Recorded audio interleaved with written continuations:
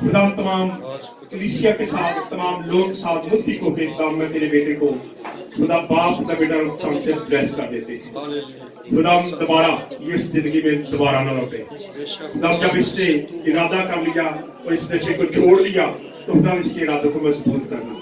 खुदा तेरा पाक उसकी हिफाजत और निगहबानी करे, दोबारा कभी ये नशे की आदत की तरफ जाए।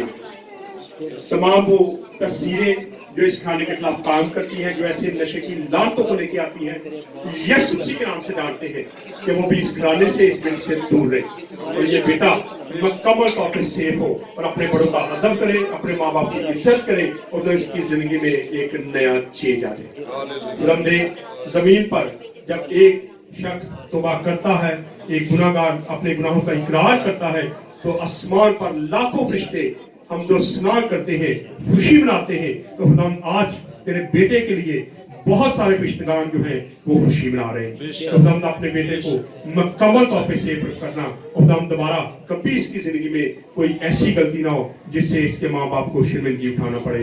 हम अपना हाथ बढ़ा और अपने कर्म का जितने लोग मौजूद हैं इन सब के लिए तेरी बरकत को मांगता हूँ। इस खाने पर तेरी बरकत को मांगता हूँ, इस घर के किचन पर, पैसे पर, कारोबार पर तेरी बरकत चाहता हूँ। तमाम बेटियों बेटों को तेरे हाथ में लेता हूँ, इन पर अपने खास करम के नजर बनाए रखना। जितने लोग यहाँ पे मौजूद है इस खुशी के मौका पर, खुदा इन लोगों को अपने जलाल के लिए इस्तेमाल करना। जिस तरह ये सलामती से आए हैं, जब वापस जाए तो सलामती से अपने घरों में जाके तेरा शुक्रिया अदा करने वाले बने। और खुदा की गवाहियों के लिए भी हम तेरे शुक्रगुजार हैं जो खुदा तो अपने लोगों के वसीला से जिंदगियों से बाहर करता है। और खुदा मैं तेरा खादिम तेरे आगे इंतजार करता हूँ, ऐसी ही गवाहियां हमारी जिंदगी में कायम करते रहना। ये सब कुछ मांगते खुदा यीशु मसीह का नाम लेकर, आमीन।